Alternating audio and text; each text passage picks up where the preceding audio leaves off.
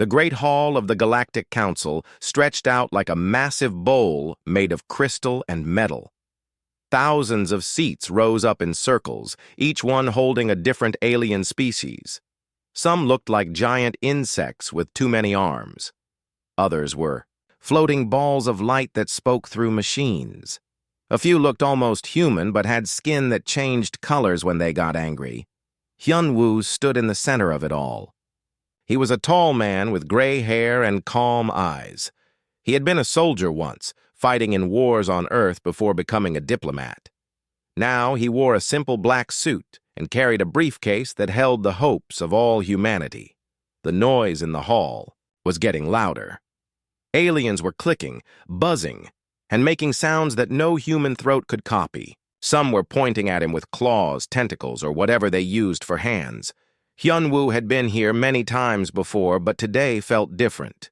Today felt final. High above him, on the biggest seat in the hall, sat Velthari. She was the speaker for the council, which meant she got to decide who could talk and when. Velthari looked like a tall, thin human woman, but her skin was blue and her eyes were solid black. She came from a race called the Hegemony, and they had been running the council for over 1,000 years. Silence, Velthari said. Her voice was cold and sharp. The noise in the hall died down quickly. Everyone knew better than to make her angry. She looked down at Hyun-woo like he was a bug that had crawled into her house. "Human ambassador," she said, making the word human sound dirty. "You have come before this council 3 times asking for membership. 3 times we have told you no. Yet here you stand again." Hyun-woo nodded. "Yes, Speaker. I am here because my people believe in trying to talk before doing anything else." Some of the aliens in the seats made sounds that might have been laughter. Velthari's mouth moved into what might have been a smile, but it had no warmth in it. "How?" "Noble," she said. "But talk only works between equals, and humans are not our equals."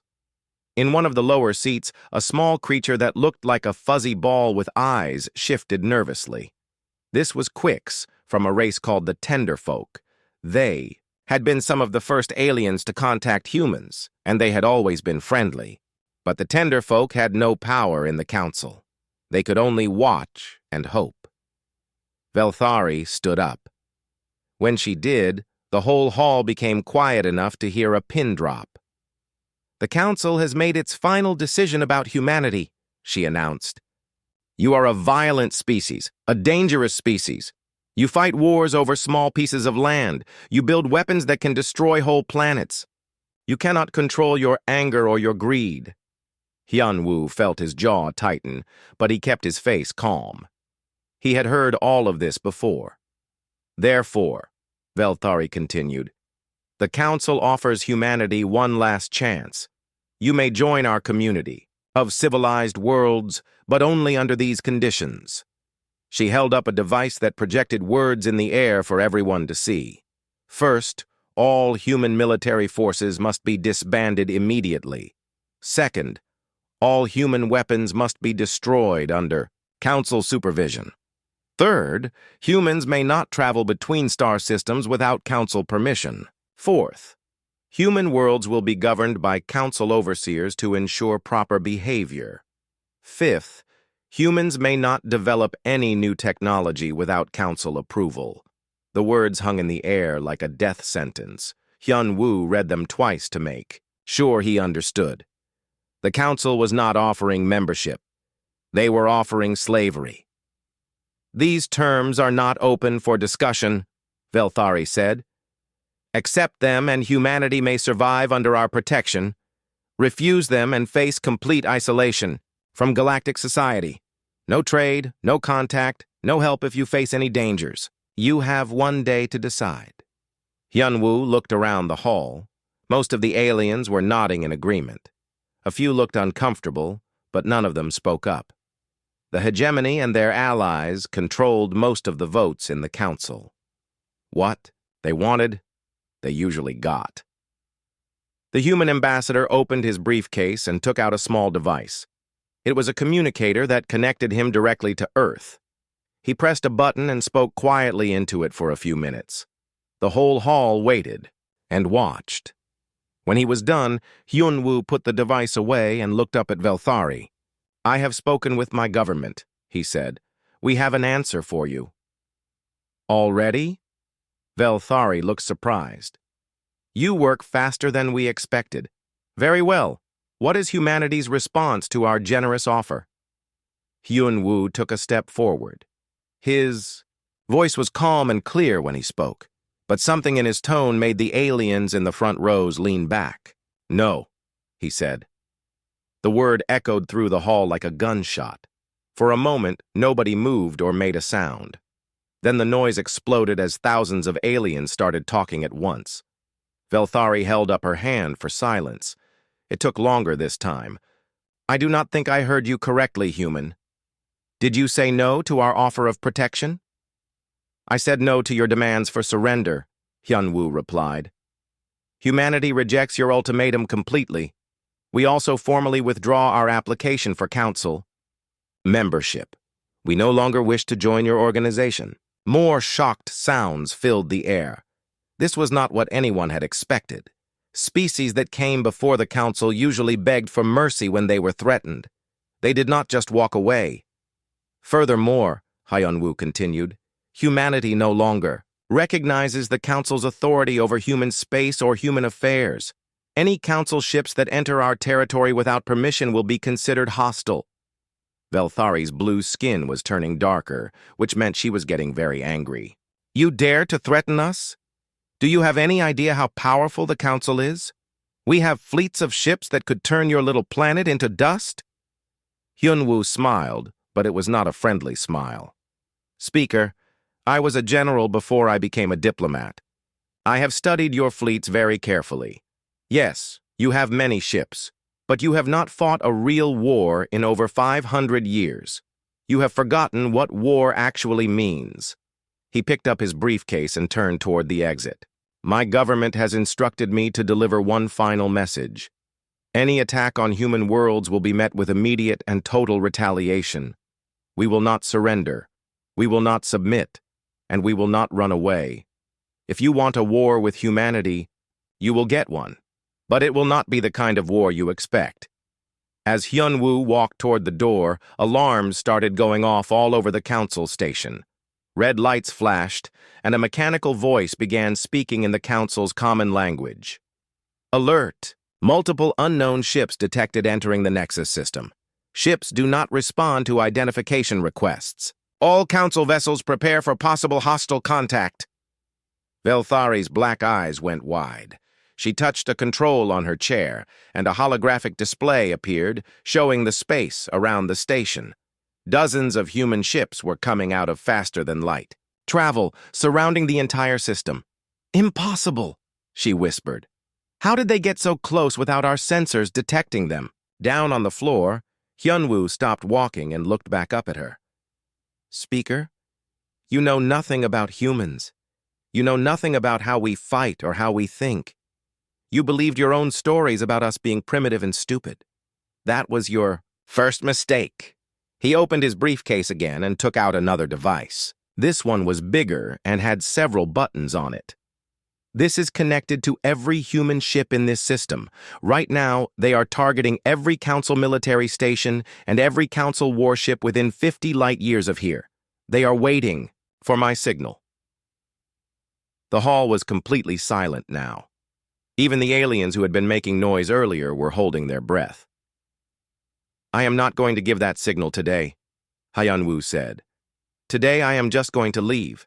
But if any council ship attacks any human world, if any council agent tries to hurt any human citizen, if you even think about threatening us again, those ships will not wait for orders. They will act." He put the device back in his briefcase and started walking again. "Oh, and speaker, you might want to check your computer systems. I think you will find some interesting surprises waiting for you." As he reached the door, Hyunwoo turned one last time. "The age of the council is ending. The age of free worlds is beginning. You can join us as equals or you can stand aside, but you will not rule us." The door closed behind him with a soft click. In the Great Hall of the Galactic Council, thousands of aliens sat in shocked silence, realizing that everything they thought they knew about humans was wrong. And somewhere, in the dark of space, human ships waited and watched, ready to show the galaxy what humanity really meant by the word war. Admiral Dahai stood on the bridge of the Terran battleship Incheon, watching the stars through the main window. She was a small woman with sharp eyes and graying hair tied back in a tight knot. She had been fighting battles since she was old, enough to hold a weapon, first on Earth during the Resource Wars, then in space against pirates and raiders. The message from Earth had come through an hour ago. 3 simple words that changed everything. Operation Freedom authorized. "Ma'am," called Lieutenant Ye Jin from her station. "All fleet commanders are ready for the briefing." Dahai nodded. "Put them through." The air in front of her shimmered and filled with the faces of 30 human ship captains. Some were on big battleships like hers. Others commanded smaller, faster ships built for sneaking around enemy space. All of them looked ready for a fight. "Ladies and gentlemen," Dahai began, "you all know why we are here. The Galactic Council has decided that humanity is too dangerous to exist as a free species. They want us to give up our weapons, our ships, and our freedom. They think we will bow down and accept their rule because they have bigger fleets and fancier technology." She smiled, and it was not a nice smile. "They are about to learn that size is not everything." Captain Min-Soo, commanding the heavy cruiser, Busan, spoke up. "Admiral, intelligence reports suggest the Council has over 10,000 warships. Our entire fleet is barely 3,000 ships. How do we fight those odds?" "By not fighting their kind of battle," Dahai replied. "Jin Ho, show them what we have learned." Chief Engineer Jin Ho appeared on the screen. He was a thin man with thick glasses who looked more like a teacher than a soldier. But Dahai knew he was one of the smartest people in the human fleet. "The Council species have been at peace for 500 years, Jin Ho explained. "They have not fought a real war in longer than that. Their weapons and tactics have not changed much in all that time. They use energy weapons, force shields, and big, slow ships that fight in straight lines." He touched a control, and pictures appeared showing Council ships. They were beautiful, smooth, and elegant. They looked more like art than weapons of war. "They think our technology is primitive because we still use kinetic weapons and nuclear warheads," Jin Ho continued. "They laugh at our crude railguns and missile systems. But there is something they do not understand." "What is that?" asked Captain Hay-1 from the destroyer Seoul. "Their shields are designed to stop energy weapons," Jin Ho said. "A laser beam or plasma bolt hits the shield and gets absorbed or deflected. But kinetic weapons are different. A chunk of metal moving at high speed does not care about energy. Shields, it just punches right through them." Dahai took over the briefing. "For the past 6 months, our spy ships have been mapping Council space. Captain Ye Jin has led most of those missions. Ye Jin, tell them what you found." Ye Jin was young. For a ship captain, only 28 years old, but she had a gift for sneaking her small ship past enemy sensors. Her vessel, the Shadow Walker, had been deeper into Council space than any human ship before. "The Council races have become lazy," she reported. "Their sensor systems are designed to detect energy signatures from their own ships. Our ships run on fusion reactors and have different energy patterns. To their sensors, we look like asteroids or space junk. I have been within 1,000 kilometers of their biggest military bases, and they never knew I was there." More pictures appeared, showing Council military stations and shipyards. They looked impressive, but Dahai could see the weaknesses that Ye Jin had found. "Look at their defensive positions," Ye Jin continued. "They put their shield generators on the outside of their stations, because they expect attacks to come from energy weapons. But if you hit the generators with kinetic rounds, the whole shield network fails." Captain Min-Soo looked thoughtful. "What about their ships? Surely they are not all easy targets." "Actually, they are," said another voice. This was Captain Wu Jin, who commanded the electronic warfare ship Sejong. He was an expert in making enemy computers do things they were not supposed to do. I have been studying Council computer systems for 2 years, Wu Jin explained. They are very advanced, but they have one big weakness. They are all connected to each other through something called the Unity Network. They think this makes them stronger because they can share information instantly across their entire fleet. He grinned. But it also means that if you hack into one ship, you can hack into all of them. And Council programmers have never had to deal with human cyber warfare techniques. Dehai could see understanding dawning on the faces of her captains. The Council thought they were so much more advanced than humanity. But advancement in one direction could mean weakness in another. There is more, she said. Jin-Ho, show them the special weapons. Jin-Ho brought up new images. These showed asteroids floating in space, but with strange metal attachments bolted to them. Kinetic bombardment platforms, he explained. We have been placing these throughout Council space for the past 4 months. Each asteroid has been fitted with small engines and guidance systems. When activated, they accelerate toward their targets at a significant fraction of light speed. Captain Heywan whistled softly. How much damage can they do? A rock the size of a car, moving at 10% of light speed, hits with the force of a nuclear weapon, Jin-Ho said. A rock the size of a building hits with the force of 100 nuclear weapons, and we have positioned over 2,000 of them. The captains were quiet for a moment, thinking about what this meant. Dehai let them absorb the information before continuing. The Council expects us to fight like they do, she said. Big fleets meeting in open space, shooting energy weapons at each other until one side wins. They think war is about having the biggest guns and the strongest shields. She stood up and walked closer to the screen so all her captains could see her clearly. But humans know something they have forgotten. War is not about having the best weapons. War is about using the weapons you have in ways your enemy does not expect. War is about hitting your enemy where they are weak, not where they are strong. War is about making your enemy fight your battle, not theirs. Captain Ye Jin spoke up. What are our orders, Admiral? Dehai smiled. The Council is sending a peacekeeping force to human space, 300 ships led by their finest admiral. They expect us to meet them in a big battle where their superior numbers and technology will win quickly. She touched a control and a star map appeared. Red dots showed the position of the approaching Council fleet. Blue dots showed human forces. We are not going to give them that battle, she continued. Instead, we are going to show them what human warfare really looks like.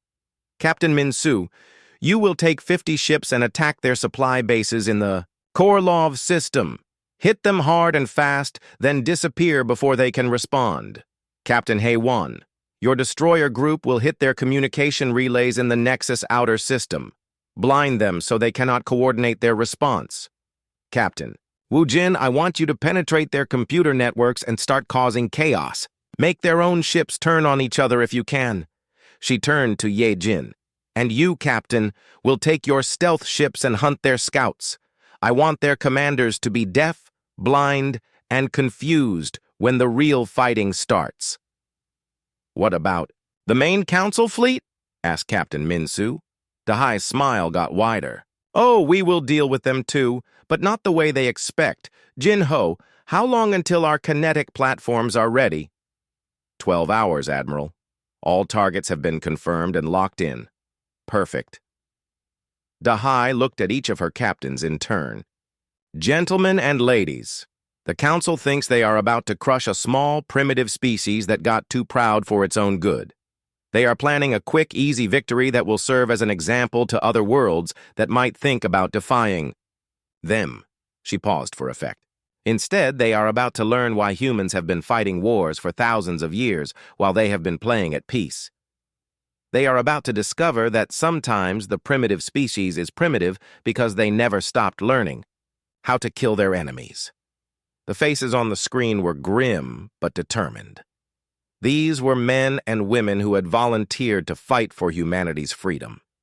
They knew the odds were against them, but they also knew that sometimes the side with the most ships did not win. "Remember," Dahai said, "we are not just fighting for ourselves. We are fighting for every species in the galaxy that wants to be free. The Council claims to bring peace, but it is the peace of the grave. They want everyone to be the same, to think the same, to live the same safe, boring lives under their control." She straightened up and gave them a military salute. "We are going to show them that there is another way. We are going to show them that free people fight harder than slaves, and we are going to win, not because we have better weapons, but because we have something they threw away long ago." "What is that, Admiral?" asked Captain Yejin. "The will to fight for something bigger than ourselves," Dahai replied. "The Council fights to maintain their power. We fight for the right to be human. There is no contest." The briefing ended, and the captain's faces disappeared from the screen. Dahai stood alone on her bridge, looking out at the stars. Somewhere out there, a Council fleet was coming to destroy humanity. They thought it would be easy. Supreme Commander Raxthul stood on the command deck of his flagship, the Eternal Glory. He was tall, even for one of his species, with 4 arms and skin that looked like polished stone. The hegemony had made him their greatest military leader, though he had never fought in a real war. None of them had. "How much longer until we reach human space?" he asked his navigation officer. 2 hours, Supreme Commander," the officer replied. "The human worlds of Titan Station and New Sol are directly ahead." Raxthul nodded. This should be simple. 300 of the Council's finest warships against whatever primitive vessels the humans could put together. Intelligence reports said the humans had maybe 50 ships in the area. It would hardly be a battle at all. "Open a channel to all ships," he ordered. "I want to address the fleet." Thousands of alien faces appeared on screens throughout the command center. Raxthul looked at them with pride. These were the warriors who would put the humans back in their place. "Today we bring justice to a species that has forgotten its place in the galaxy," he announced. "The humans think they can defy the Council with their crude weapons and primitive tactics. We will show them the power of advanced civilization. We will show them what happens to those who refuse the peace we offer." The alien crews cheered and made various sounds of approval. Raxthul smiled. This would be over quickly, and then the galaxy would see what happened to species that challenged the Council's authority. "Sir," called the sensor officer, "I am detecting ships ahead. It looks like a human fleet is waiting for us." "How many?" Raxthul asked.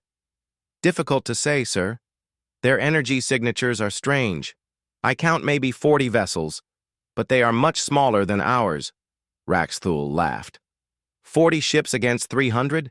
These humans are even more foolish than I thought. Are they trying to surrender? No, sir. They appear to be moving into attack formation. The Supreme Commander shook his head in amazement. "Very well. All ships prepare for battle. Let us end this quickly." On the bridge of the human heavy cruiser Soul's Pride, Captain Sungmin watched the Council fleet approach. He was a quiet man with steady hands and calm eyes. He had been fighting space pirates for 10 years before the Council crisis started. Unlike his enemies, he knew what real combat looked like. "Enemy fleet is 300 ships strong," reported his tactical officer. "They are moving in standard Council formation. Big ships in the center, smaller ships on the flanks." "Just like the intelligence report said they would," Sungmin replied. "They have not changed their tactics in centuries." "Weapons.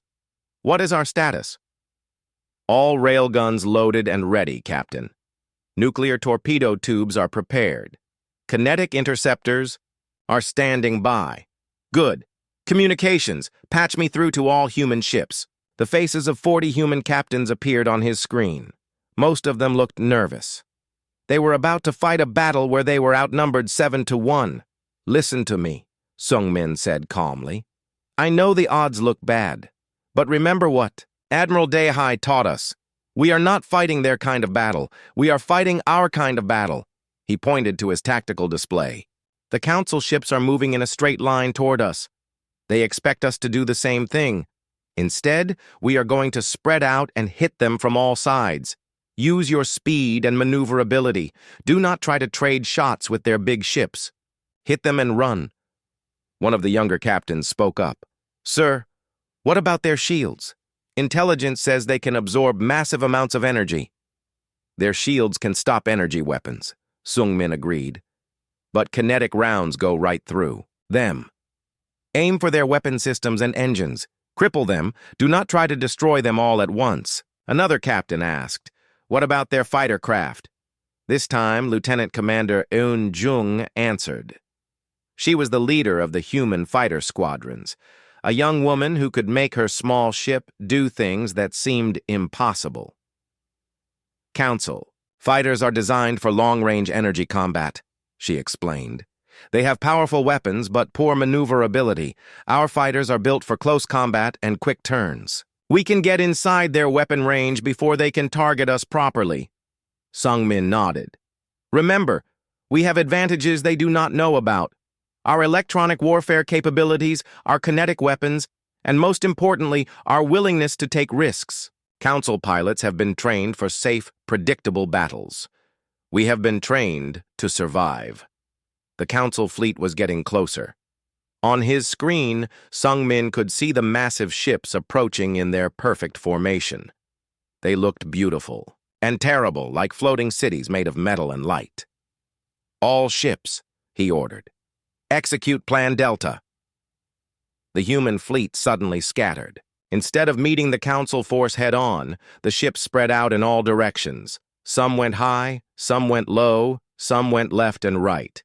To the Council commanders, it looked like the humans were running away.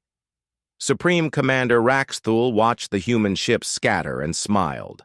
"They are fleeing! All ships, pursue and destroy! Do not let any of them escape!" But Captain Wu Jin, commanding the electronic warfare ship Sejong, was already at work. His ship looked like a normal human cruiser, but inside, it was packed with computers and transmission equipment designed for one purpose: to break into enemy systems and cause chaos. "Initiating cyber attack," he reported to Captain Sung-min, "targeting their communication grid first." On the Council flagship, alarms started going off. "Sir," called the communications officer, "we are losing contact with our outer ships. Something is interfering with our signals." "Fix it," Raxthul ordered. "I want constant communication with all vessels." But it was too late. The human virus was already spreading through the Council's Unity network. Ships that had been talking to each other perfectly a moment before were now isolated and confused. That was when the human fighters struck. Lieutenant Commander Yoon Jung led her squadron of 30 small, fast ships straight into the heart of the Council formation. The enemy fighters moved to intercept, but they were used to fighting at long range with careful planned maneuvers. Yoon Jung's pilots flew like they were possessed. They twisted and rolled and dove through space in patterns that no Council pilot had ever seen. They came in close, too close for the big Council guns to target them, and fired their weapons at point-blank range.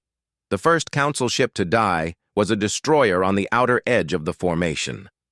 Yoon Jung's fighter put 3 kinetic rounds through its engine section. The ship did not explode dramatically like in the movies. It just stopped moving and started drifting helplessly through space. "What happened?" Raxthul demanded. "The humans are using some kind of new fighter tactic," his tactical officer reported. "Our pilots cannot get a lock on them. They are moving too unpredictably." "Then use the main guns. Destroy them." But the big guns on Council ships were designed to fight other big ships. They could not turn fast enough to track small, quick targets. Meanwhile, the human fighters kept hitting key systems on ship after ship. Captain Sung-min brought his cruiser in for the next attack. The Soul's Pride was much smaller than the Council battleships, but it was also much faster. He brought his ship around behind a group of enemy vessels and opened fire with his railguns. The kinetic rounds punched through the Council ship's shields like they were not even there. One shot hit a cruiser's weapon control center. Another hit a battleship's engine room. A third penetrated the armor of a destroyer and started a fire that spread through 3 decks. "Impossible!" Rax Thul shouted. "Their weapons should not be able to penetrate our defenses." "Sir," his science officer said nervously, "it appears that their kinetic weapons operate on different principles than our energy shields can handle. More." Human ships were joining the attack now. They came from all directions, hitting the Council fleet where it was weakest. The perfect formation that Rax Thul was so proud of became a liability. His ships could not maneuver properly without running into each other. Captain Hyajin brought her medical ship, the Mercy's Hand, close to the battle. She was not there to fight, but to rescue survivors from damaged ships. Even in the middle of a battle, humans followed their rules about treating wounded enemies with respect. "Council ship Herald of Peace is venting atmosphere," she reported, "picking up escape pods now." The rescued Council aliens could not believe what they were seeing. The humans who had just been shooting at them were now risking their own lives to save them. It was not how war was supposed to work.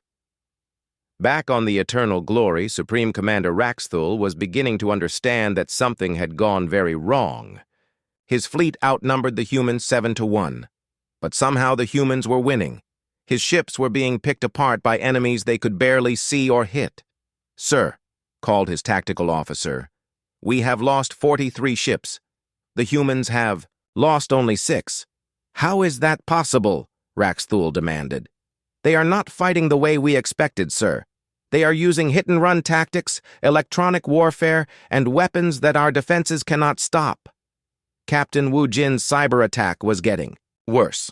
Council ships were starting to fire on each other as their computer systems got confused about which targets were friendly and which were enemies. The Unity network that was supposed to make them stronger was now making them weaker. "All ships," Rax Thul ordered desperately, "fall back to defensive formation. Concentrate fire on the human vessels." President Boram sat in the war room deep beneath Sol, surrounded by screens showing the entire galaxy. She was a small woman with white hair and eyes that had seen too much, but her voice was strong when she spoke to the assembled military. "Leaders, the Council is preparing their response," she said. "Our intelligence reports suggest they are gathering the largest fleet in galactic history, over 5,000 ships from 20 different species." General Seok Jin, commander of the human ground forces, leaned forward. "Ma'am, that is 10 times larger than what we just defeated at Titan Station." "Yes," Boram replied, "which means we cannot fight them the same way again. They will be expecting our tactics now. We need to do something they will never expect. Admiral." Dahai spoke from her flagship somewhere in space. Her image appeared on the main screen, looking tired but determined. "President, what are your orders?" Boram stood up and walked to the galaxy map. Red dots showed Council military bases and fleets. Blue dots showed human positions. There were a lot more red dots than blue ones. "We are not going to wait for them to attack us again," she announced. "We are going to attack them first. All of them. At the same time." The room went quiet. General Seok Jin was the first to speak. "Ma'am, our entire fleet is maybe 3,000 ships. How can we attack an enemy that has 5,000 ships plus all their defensive bases?" "By not attacking where they are strong," Boram replied.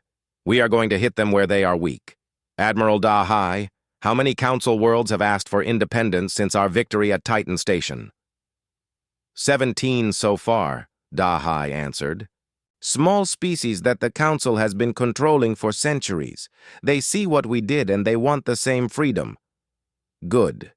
General Seok Jin, I want you to prepare ground forces for liberation missions. We are going to free those worlds and give them the weapons to defend themselves." Boram touched the map, and new blue dots appeared. "Na Young, what is the status of your resistance networks?" Na Young was the head of human intelligence operations. She was a quiet woman who specialized in building secret networks on enemy worlds. "We have contacts on 43 Council worlds, ma'am. Many aliens are unhappy with Council rule. They just need someone to show them that resistance is possible." "Perfect. I want you to coordinate with our liberation forces. When we hit Council military targets, your people will start uprisings on their home worlds." Admiral Jae Sung, commander of the Second Fleet, appeared on another screen. "President, what about the main Council fleet? If we spread our forces out to attack multiple targets, we will not have enough ships to fight them directly." Boram smiled. "Admiral, we are not going to fight them directly. We are going to make them fight us on our terms, in our way, when we choose. Subin, are our deep space assets ready?" Captain Subin commanded the most secret part of the human military, ships and bases hidden throughout Council space. For months, human engineers had been building hidden stations and weapon platforms in empty star systems that the Council did not even know existed. "Yes, ma'am," Subin reported. "We have 47 concealed bases operational. Each one is equipped with long-range kinetic bombardment systems and enough supplies for extended operations." "Excellent. Here is what we are going to do." Boram turned to face everyone in the room and on the screens. "The Council expects us to defend our worlds and fight defensive battles. Instead, we are going to abandon that strategy completely." She touched controls and the map changed. Human positions started moving all over the galaxy. "Operation Liberty begins in 48 hours. Admiral Jae Sung, your Second Fleet will attack Council military installations in the Korlov, Thaxis, and Meridian systems simultaneously. Hit them hard, destroy their ability to build new ships, then disappear before their main fleet can respond." "Admiral, Day High, your First Fleet will strike the Council's main supply bases in the Outer Rim. Without supplies, their big fleet cannot stay in space for long. General Seok Jin, your ground forces will liberate 17 worlds that have asked for freedom. Na Young's intelligence networks will support local uprisings on 26 additional worlds. Captain Subin, your hidden bases will begin kinetic bombardment of Council shipyards and military academies. Target their ability to build new ships and train new officers." General Seok Jin looked concerned. "Ma'am, this plan spreads our forces very thin. What if the Council attacks Earth while our fleets are away?" Boram's smile got wider. "Then they will find some very unpleasant surprises waiting for them. Jin-ho, show them what we have been building." Chief Engineer Jin-ho appeared on screen from his secret laboratory. "For the past year, we have been constructing automated defense platforms throughout the Sol system. Each platform carries nuclear warheads and kinetic launchers. There are over 2,000 of them, and they are completely hidden from conventional sensors." He brought up technical diagrams. "But that is not all. We have also deployed gravitational mines in key locations. Any ship that tries to jump directly into Earth orbit will find itself pulled into a gravity well that will tear it apart." Admiral Day High looked impressed. "How many ships could this system stop?" "Conservative estimate? About 3,000 vessels, assuming they attack in conventional formations. If they spread out and try to overwhelm the defenses, we could stop maybe half that number." President Boram nodded. "The point is not to stop every possible attack. The point is to make any attack on Earth so costly that the Council will think twice about it." She turned back to the map. "But our real strategy is not defensive.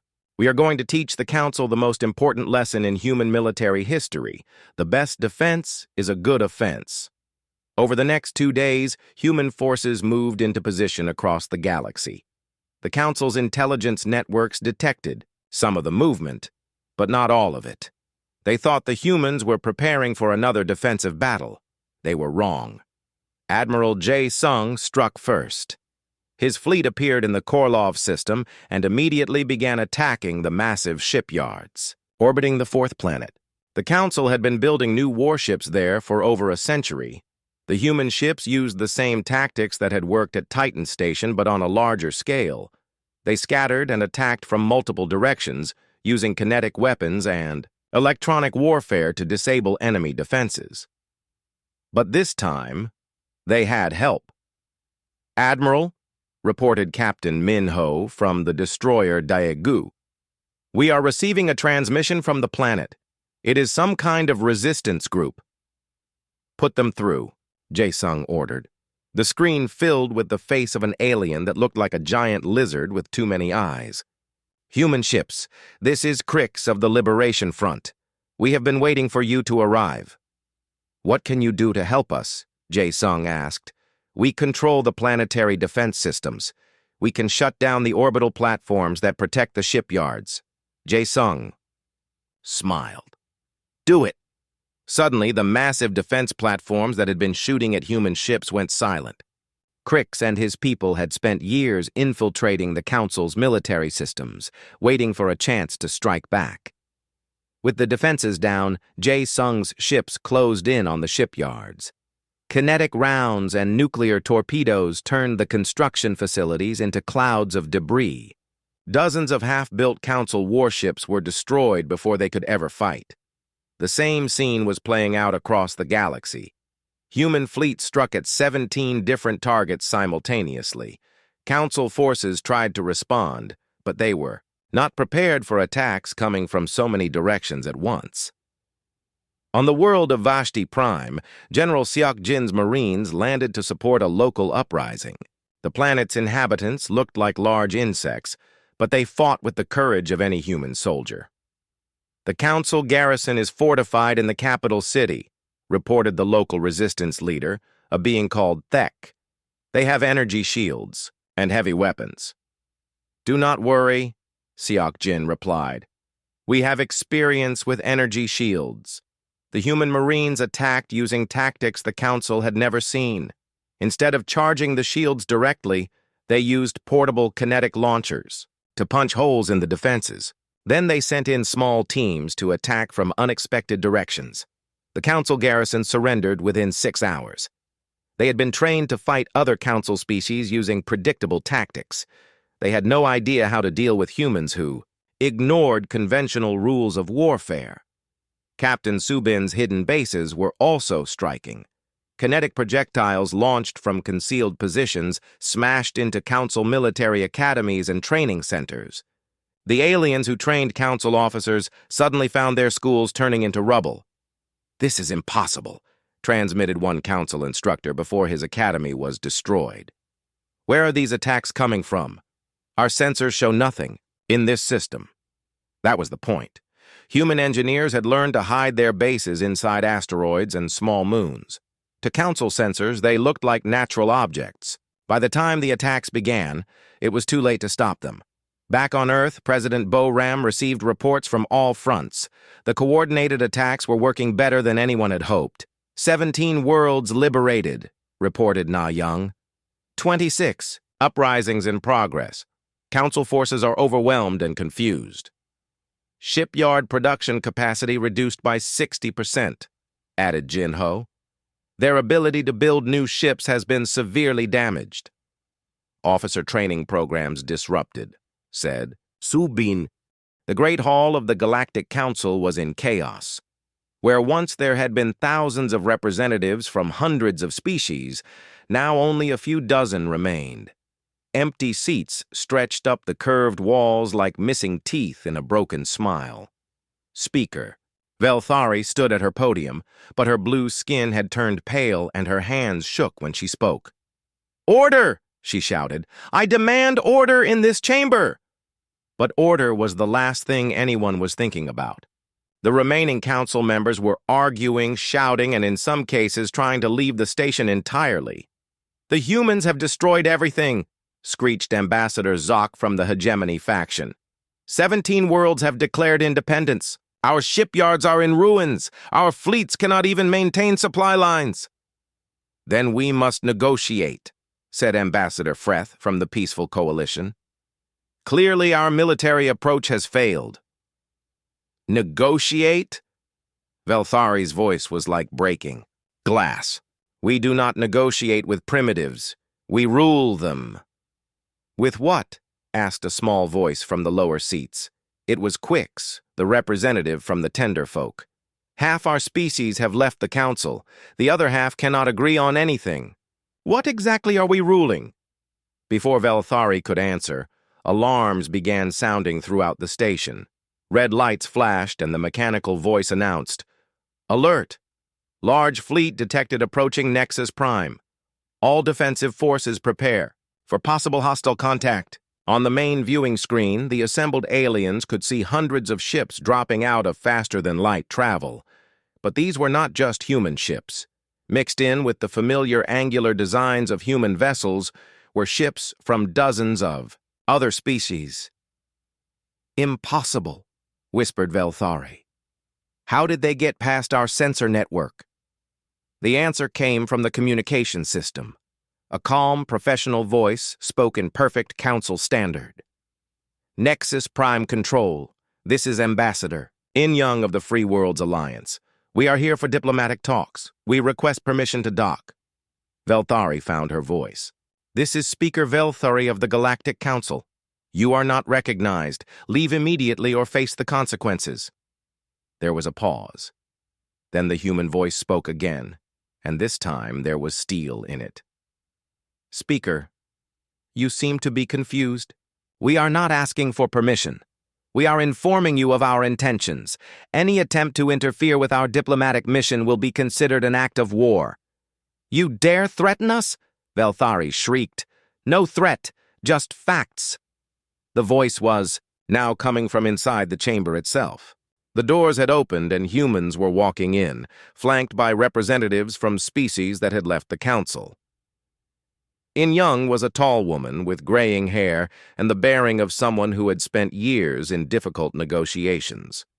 Unlike Hyunwoo, who had been polite and respectful during his visits, In Young walked like she owned the place. Behind her came representatives from the Tenderfolk, the Keth Collective, the Free Traders Union, and a dozen other species. But the most shocking sight was the group of beings who looked exactly like members of the Hegemony faction. "Greetings, Cousin Velthari," said their leader. Her name was Kala III, and she was Velthari's own sister. "I bring greetings from the Hegemony Liberation Movement." Velthari's face went through several shades of blue before settling on a color that suggested she might be having a stroke. You are all traitors! Criminals! The Council will never recognize your illegal alliance." In Young smiled politely. "That is fine. We do not need your recognition. We came here to make you an offer. We do not make deals with terrorists. Then you can listen while we explain the new reality." In Young gestured to one of her aides, who activated a holographic projector. The map that appeared showed the galaxy, but it looked very different from the old Council charts. Large sections that used to be marked in Council colors were now marked in the blue and gold of the Free Worlds Alliance. As of this morning, In Young explained, 47 species have formally joined the Alliance. They represent 68% of the galaxy's inhabited worlds and 73% of its industrial capacity. She touched a control, and more information appeared. 12 additional species have declared neutrality and withdrawn from Council authority. 3 species have chosen to remain with the Council. The numbers were devastating. In less than 6 months, the Galactic Council had gone from ruling most of the galaxy to controlling only a handful of worlds. "This is temporary madness," Velthari declared. "When these species realize they cannot survive without Council protection, they will come crawling back." Admiral Kyung-ho, who had been standing quietly behind In Young, stepped forward. He was a big man with scars on his face and the calm confidence of someone who had won many battles. "Actually," he said, "they are doing quite well on their own. Would you like to see?" He nodded to his aide, who brought up new images. These showed space battles, but not the kind the Council was used to seeing. Human ships fought alongside vessels from dozens of different species, all using tactics that the Council had never imagined. "The Keth Collective has proven very good at electronic warfare," Kyung-ho explained. "The Tenderfolk make excellent scouts. The Free Traders know every hidden route in the galaxy, and the Hegemony Liberation Movement understands Council weaknesses better than anyone." He smiled, and it was not a friendly expression. Combined with human military doctrine, they make a formidable force. Your remaining fleets have lost every engagement for the past 3 months. Captain Hyajin stepped forward next. She was wearing the uniform of the Alliance Medical Corps, and she carried herself with the dignity of someone who had seen too much suffering. "But we are not here to gloat about military victories," she said gently. "We are here because we believe there is a better way." She looked directly at Velthari. "The Alliance has medical ships treating wounded from both sides of this conflict. We have humanitarian teams delivering food and medicine to worlds damaged by the fighting. We have engineers helping rebuild what was destroyed. We do this," she continued, "because we believe that all intelligent life has value, even those who have been our enemies." Velthari laughed, but it was a bitter sound. "You expect me to believe that humans care about alien lives? You are warriors, killers." In-Young answered this time. "Yes, we are warriors, but we choose what we fight for. We fight for the right of every species to determine its own destiny. We fight so that no one has to bow down to rulers they did not choose." She gestured to her diverse group of companions. "Look around you, speaker. These beings chose to join us. Not because we conquered them, but because we offered them something the Council never did: freedom." A new voice spoke from the crowd of Alliance representatives. It belonged to Miran, a former Council prisoner who had become a symbol of human honor. She was from the same species as Velthari, but her skin bore scars from years of imprisonment for speaking against Council policies. "I was in a Council prison for 20 years, Myran said quietly. "My crime was suggesting that small species should have the same rights as large ones. The Council said I was promoting dangerous ideas." She looked up at Velthari with eyes that held no hatred, only sadness. "When human forces liberated my prison world, they could have left me there. I was nobody important. But they risked their lives to free every prisoner, including those who had committed real crimes." Miran stepped closer to the speaker's podium. "That is when I understood the difference between the Council and the Alliance. The Council rules through fear. The Alliance leads through example." The chamber was silent now. Even the most loyal Council supporters could see what was happening. The old order was crumbling, and something new was taking its place. In-Young walked to the center of the chamber, where Haiyan Wu had stood months before when he delivered humanity's rejection of Council authority. "We offer you a choice," she announced. "The same choice we have offered every species in the galaxy." She looked up at each of the remaining Council representatives in turn. "You can join the Free Worlds Alliance as equal members. You will govern your own worlds according to your own customs, but you will cooperate with others for mutual benefit. Or," she continued, "you can remain as the Galactic Council, ruling whatever worlds choose to stay with you. The Alliance will not interfere with your internal affairs. But," and her voice became firm, "you will not interfere with ours either. The days when the Council could force its will on unwilling species are over." Velthari was quiet for a long moment. When she finally spoke, her voice was small and tired. "And if we refuse both options," Admiral Kyung-ho answered, "then you will discover that the Alliance has more ships, better weapons, and stronger allies than the Council ever had. But we hope it will not come to that." Captain Hyejin added, "We would rather spend our resources building hospitals and schools than fighting wars. The choice is yours," In-Young concluded. "But choose quickly. The galaxy is changing whether you participate or not." Over the following days, the remaining Council species met in emergency sessions. Some, like the Tenderfolk, formally joined the Alliance. Others declared neutrality. A few, including Velthari's faction, chose to maintain the old Council structure. But the Galactic Council that emerged from these meetings was very different from the one that had once ruled most of the galaxy. It controlled only 5 star systems and had no power beyond its own.